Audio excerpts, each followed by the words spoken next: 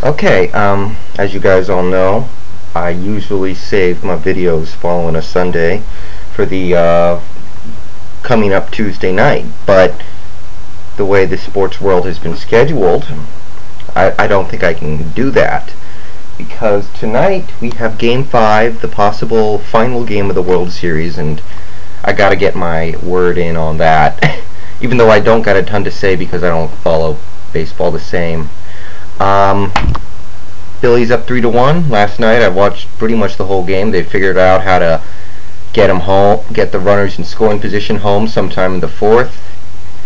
And you know, it was extraordinary that they were where they were in spite of the inability to get runners in scoring position home. It was fascinating to me that the team was playing so sloppy. It was like you could almost see them tense up every time there was a runner in scoring position. It was weird. But they came through. Ryan Howard has woken up over the past couple of games. They came up with that big win in Game 3 when it looked like everything was going against them and they were going to find a way to blow it. And now they've got 3 games to 1, and Cole Hamels pitches tonight, and you know, he's the unhittable ace who can do no wrong in the postseason. So props to the Phillies for proving me wrong. I thought Tampa was going to take this, but I was rooting for Philadelphia, so I got no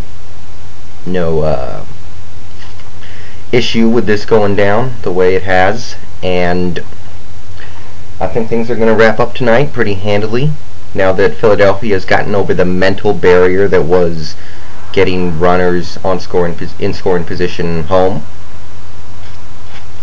I think they're going to roll right over Tampa, but I feel obligated to point out that if the series goes 7, Jamie Moyer pitches the 7th game, and you know I'd like to see that. So if the series goes back to Tampa, and you know, if it does, I have to believe Tampa can pull out the Game 6 win, and it'll all come down to Game 7 with Jamie Moyer at the mound, and being who I am, you know I'm going to love to see that. And from the Tampa side of things, lots of errors, very unclutch pitching. You know, it hasn't been awful pitching, but when they needed somebody to step up, they haven't. They're very lucky this series hasn't been a bloodbath with all the runners in scoring position that have been put on. A lot of control issues. The bats aren't coming alive, so basing elimination. We'll see what happens tonight. And the reason why I didn't want to hold this video off until tomorrow for another thing was the NBA season kicks off tomorrow. And with the way my schedule usually plays out, I probably would not have gotten to that until after. So, you know, NBA isn't what it used to be, but it still has its fans, it still has its luster, and I think we're getting back to where we need to be. You've got some rising superstars, you've got budding rivalries. I just see the NBA fan base getting a little bigger. Now you guys all know why I find it hard for me to get excited over the NBA. The more I thought about it over this summer, the more I realized how shitty it is. You know, that championship that they won back in the late 70s, that's always going to be ours. That's ours forever. But losing a team like that could take a while to get over for me. So, left without a team, now that I'm an NBA widow, I asked myself, what do I do? I thought about teams that I could root for this season, bandwagon with. I feel I have the right to bandwagon because I lost my team. I'm not rooting. I thought I could stay with the team that shall not be named down close to Texas. I thought I could keep rooting for them, but the more I thought about it, the more I realized that I can't do that. I want Carl Bennett to get hit by a bus, or excuse me, Clay Bennett. I just hate everybody who was involved in this, and I can't continue to root for them. And you know, they suck too, but that's kind of a footnote here. So I went through all the teams in the league, thinking about who I could root for, and I came to the conclusion that You know, I wasn't rooting for these teams before this year. If I just jump onto a team the day before the season starts, and if they do well and if they win a championship, that's not going to feel like my championship. If a team I really root for, if a team from this region wins a championship, I'm going to feel like I was part of that. But at this point, any team I could jump on, if they win the championship, if they were to win the championship, it wouldn't be the same. I mean, it's not my region, it's not my team before this year, so you know, I don't know if I can do that. So I ran some teams through my head. You know, I thought about the Nuggets, the Cavs, the Heat, the Lakers, really. I gave some thought to the Jazz, but there are some rivalry issues with some of those teams. Shoot, who else? New Orleans is kind of an interesting. You know, all teams that might not be the favorite, but they have a chance to play well. And I don't want to. And if I was going to jump on a team, I wouldn't want to jump on a team that sucks. I mean, it would only be for one season, so what would be the point of that? You know, some of these teams, you know, none of them are really the favorites to win it. Some of them are closer than others. All of them have a chance to be competitive and fun.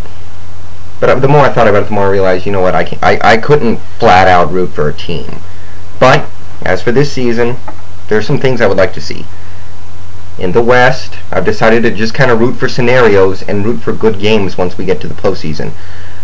My ideal scenario would be some combination in the, you know, Western Finals of the Hornets, the Nuggets. They're not going to do it, but this is ideal. The Nuggets, the Lakers, and let's throw the Jazz in there. You know, just two of those four teams. They all got different reasons why I would like to see them go. You know, the Nuggets, they're not going to do it. The Lakers got a good shot. The Hornets and the Jazz, reasonable bets. The Hornets might even be, you know, if the Lakers and the Hornets met in the Western Finals and clashed in this big epic showdown that goes to Game 7, that would be great. I think that would be fun as hell to watch. Kobe and Chris Paul, I know they don't match up, but you know, that their status in the NBA right now, they're both top 5 players competing for that. You know what I mean. In the East, you got the Cavs. Of course I'll root for the Cavs. I just find LeBron to be very likable. Even though he is a bandwagoner, he rooted for like the Bulls, the Yankees, and the Bulls, the Yankees, and the Cowboys growing up, and that's not cool. He grew up in Ohio. Let's see, the Heat. I would like to see the Heat do well. Probably a couple other teams out there that I would like to see do well and get to the end and compete. Might not happen. But those are some things I would like to see. So for this season, there are also some running subplots I'm interested in.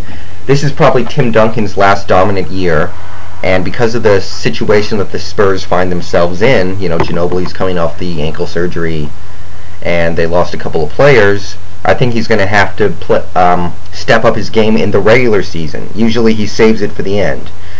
I think he's going to have to step up this regular season. I think he's going to have a 43 total. When I say that, I mean he's going to, if you combine his points per game, assists per game, and rebounds per game, I think it's going to add up to over 43. That's what I see from him this year. And probably his last elite year. The last year in which the Spurs can expect to win a championship with Tim Duncan as their best player. He's getting old. His knees are a little weak. So I give him one more year. Spurs, you know, they might be the favorites right now to take home a 5th ring.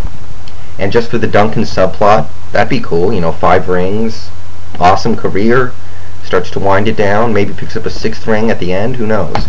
You got the obvious Kobe saga, see if he can atone for last year, win another MVP, etc. You know, we'll see what happens there. I think he's actually got a little wear and tear on his legs too. I don't think he's got too many elite years left, really. You know, I think the Suns and the Mavs are going to kind of fall by the wayside. You've got the Carmelo, LeBron, Wade rivalry budding. You got a lot of cool stuff going on in the NBA. So my prediction in the finals is the Spurs to beat, let's go with the Cavs. And with that, I'm going to be out. See ya.